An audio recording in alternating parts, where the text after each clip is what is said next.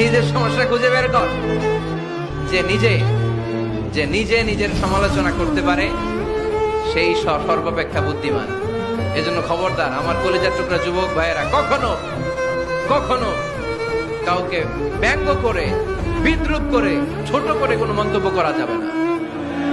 কখনো অন্যের দোষ খোঁজা যাবে না। দোষ আমরা খুঁজবো নিজের দোষ, ঠিক কিনা? দোষ আমরা খুঁজবো কার দোষ? চিল্লায় বলতে হবে কার দোষ?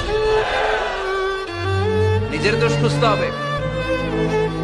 যারা নিচু মনের মানুষ, এরা মানুষের দোষ নিয়ে কথা বলে। Small people talk about people, average people talk about things and stories, and great people talk about ideas. যারা নিচু মনের মানুষ, এরা মানুষের দোষ নিয়ে কথা বলে।